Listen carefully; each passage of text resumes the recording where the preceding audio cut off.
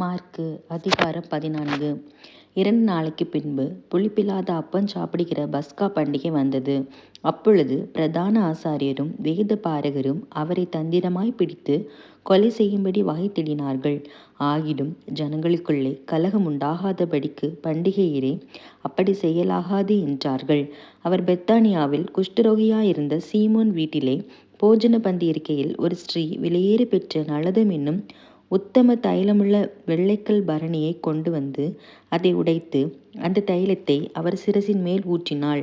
அப்பொழுது சிலர் தங்களுக்குள்ளே விசனமடைந்து, இந்த தைலத்தை இப்படி வீணாய் செலவழிப்பானேன்?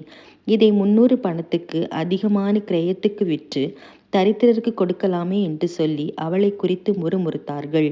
இயேசு அவர்களை நோக்கி, அவளை விட்டு விடுங்கள், ஏன் அவளை தொந்தரவு படுத்துகிறீர்கள்? என்னிடத்தில் நற்கிரியை செய்திருக்கிறாள்.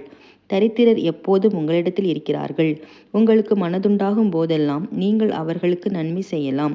நானோ எப்போதும் உங்களிடத்தில் இரேன். இவள் தன்னால் இயன்றதை செய்தாள்.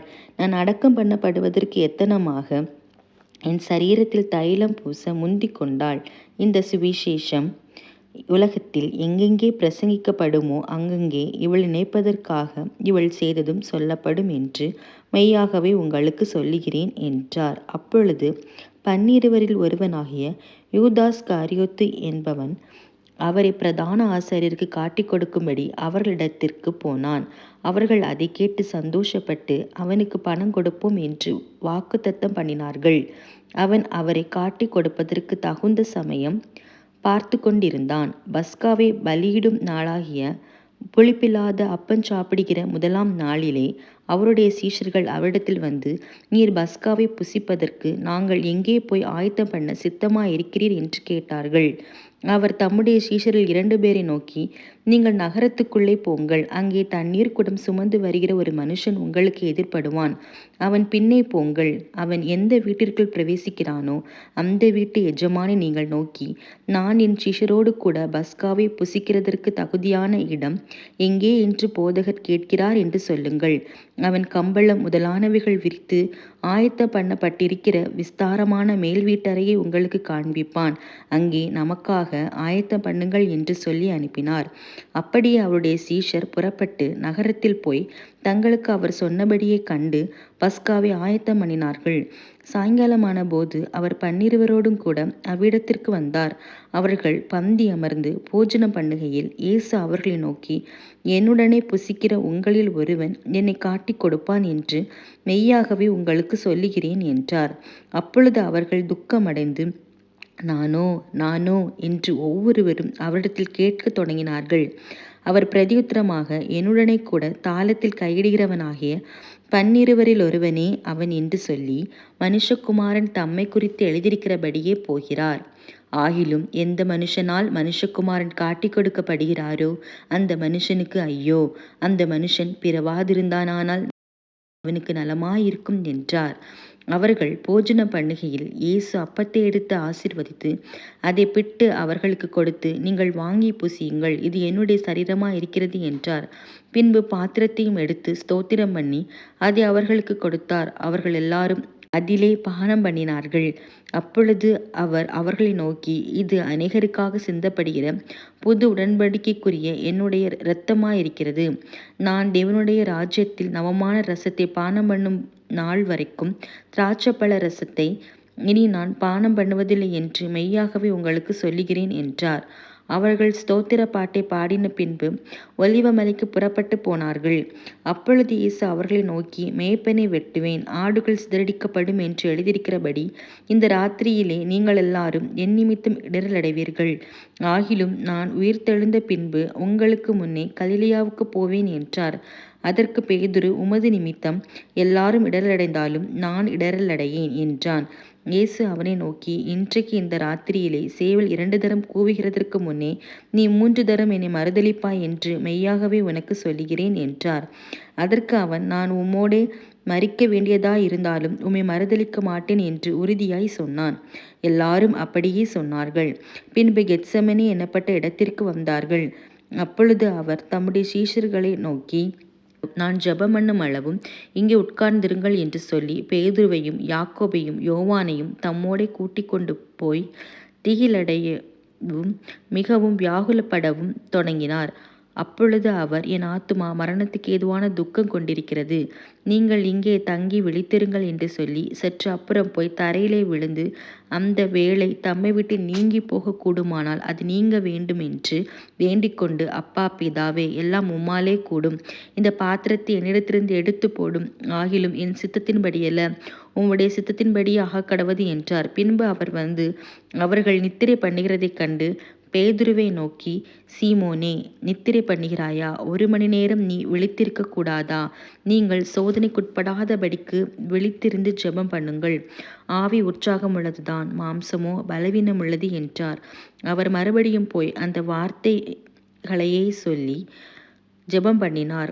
அவர் திரும்ப வந்தபோது அவர்கள் மறுபடியும் நித்திரை பண்ணுகிறதைக் கண்டார். அவர்களுடைய கண்கள் மிகுந்த நித்திரை மயக்கம் அடைந்திருந்தபடியால் தாங்கள் மறுமொழியாக அவருக்கு சொல்வது என்னதென்று அறியாதிருந்தார்கள். அவர் 3ஆம் தரம் வந்து, இனி நித்திரை பண்ணி இளைப்பாருங்கள், போதும், வேளை வந்தது.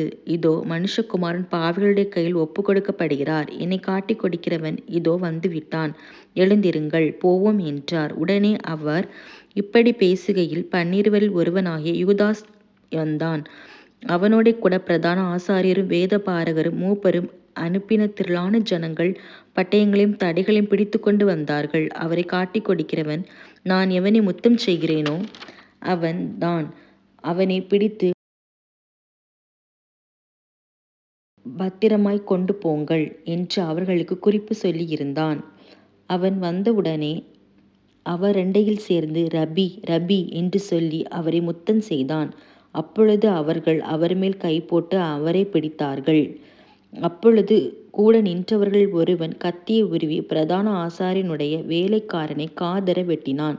இயேசு அவர்களை நோக்கி, கள்ளனை பிடிக்க புறப்படுகிறது போல நீங்கள் பட்டயங்களையும் தடிகளையும் எடுத்துக்கொண்டு என்னை பிடிக்க வந்தீர்கள். நான் தினந்தோறும் உங்கள் நடுவிலே தேவாலயத்தில் உபதேசம் பண்ணி கொண்டிருந்தேன். அப்பொழுது நீங்கள் என்னை பிடிக்கவில்லையே. ஆனாலும் வேத வாக்கியங்கள் நிறைவேற வேண்டியதாயிருக்கிறது என்றார். அப்பொழுது எல்லாரும் அவரை விட்டு ஓடிப்போனார்கள். ஒரு வாலிபன் ஒரு துப்பட்டியை மாத்திரம் தன்மேல் போர்த்து கொண்டு அவர் பின்னே போனான். அவனை பிடித்தார்கள். அவன் தன் துப்பட்டியை போட்டுவிட்டு நிர்வாணமாய் அவர்களை விட்டு ஓடிப்போனான். இயேசுவை அவர்கள் பிரதான ஆசாரியனிடத்தில் கொண்டு போனார்கள். அங்கே ஆசாரியர், மூப்பர், வேத பாரகர் எல்லாரும் கூடி வந்திருந்தார்கள். பேதுரு தூரத்திலே அவருக்கு பின் சென்று பிரதான ஆசாரியனுடைய அரண்மனைக்குள் வந்து சேவகரோட கூட உட்கார்ந்து நெருப்பண்டையிலே குளிர் காய்ந்து கொண்டிருந்தான். அப்பொழுது பிரதான ஆசாரியரும் ஆலோசனை சங்கத்தார் அனைவரும் இயேசுவை கொலை செய்யும்படி அவருக்கு விரோதமாக சாட்சி தேடினார்கள். அகப்படவில்லை. அநேகர் அவருக்கு விரோதமாக பொய் சாட்சி சொல்லியும் அந்த சாட்சிகள் ஒவ்வவில்லை. அப்பொழுது சிலர் எழுந்து, கைவேலையாகிய இந்த தேவாலயத்தை நான் இடித்து போட்டு கைவேலை அல்லாத வேறொன்றை 3 நாளைக்குள்ளே கட்டுவேன் என்று இவன் சொன்னதை நாங்கள் கேட்டோம் என்று அவருக்கு விரோதமாய் பொய் சாட்டி சொன்னார்கள். அப்படி சொல்லியும் அவர்கள் சாட்சி ஒவ்வாமற் போயிற்று. அப்பொழுது பிரதான ஆசாரியன் எழுந்து நடுவே நின்று இயேசுவை நோக்கி, இவர்கள் உனக்கு விரோதமாய் சொல்லுகிறதை குறித்து நீ ஒன்றும் சொல்லுகிறதில்லையா என்று கேட்டான். அவரோ ஒரு உத்தரவும் சொல்லாமல் பேசாதிருந்தார். மறுபடியும் பிரதான ஆசாரியன் அவரை நோக்கி, நீ ஸ்தோத்தரிக்கப்பட்ட தேவனுடைய குமாரனாகிய கிறிஸ்துதானா என்று கேட்டார். அதற்கு இயேசு, நான் அவர்தான். மனுஷகுமாரன் சர்வ வல்லவரின் வலது பாரிசத்தில் வீற்றிருப்பதையும் வானத்தின் மிகைகள் மேல் வருவதையும் நீங்கள் காண்பீர்கள் என்றார். பிரதான ஆசாரியன் இதை கேட்டவுடனே தன் வஸ்திரங்களை கிழித்து கொண்டு, இனி சாட்சிகள் நமக்கு வேண்டியதென்ன? தேவதூஷணத்தை கேட்டீர்களே, உங்களுக்கு என்னமாய் தோன்றுகிறது என்றான். அதற்கு அவர்கள் எல்லாரும், இவன் மரணத்துக்கு பாத்திரனாய் இருக்கிறான் என்று தீர்மானம் பண்ணினார்கள். அப்பொழுது சிலர் அவர் மேல் துப்பவும் அவருடைய முகத்தை மூடவும் அவரை குட்டவும் ஞான திருஷ்டியினாலே பார்த்து சொல் என்று சொல்லவும் தொடங்கினார்கள். வேலைக்காரரும் அவரை கன்னத்தில் அறைந்தார்கள். அத்தருணத்திலே பேதுரு கீழே அரண்மனை முற்றத்தில் இருக்கையில் பிரதான ஆசாரியனுடைய வேலைக்காரர்களின் ஒருத்தி வந்து குளிர்காய்ந்து கொண்டிருக்கிற பேதுருவை கண்டு அவனை உற்று பார்த்து, நீயும் நசரேனாகிய இயேசுவோடு இருந்தாய் என்றார். அதற்கு அவன், நான் அறியேன், நீ சொல்லுகிறது எனக்கு தெரியாது என்று மறுதலித்து வெளியே வாசல் மண்டபத்துக்கு போனான். அப்பொழுது சேவல் கூவிற்று.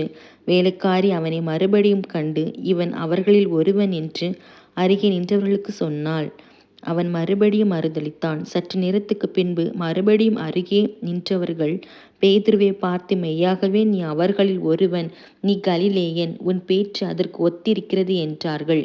அதற்கு அவன், நீங்கள் சொல்லுகிற மனுஷனை அறியேன் என்று சொல்லி சபிக்கவும் சத்தியம் பண்ணவும் தொடங்கினான். உடனே சேவல் இரண்டாந்தரம் கூவிற்று.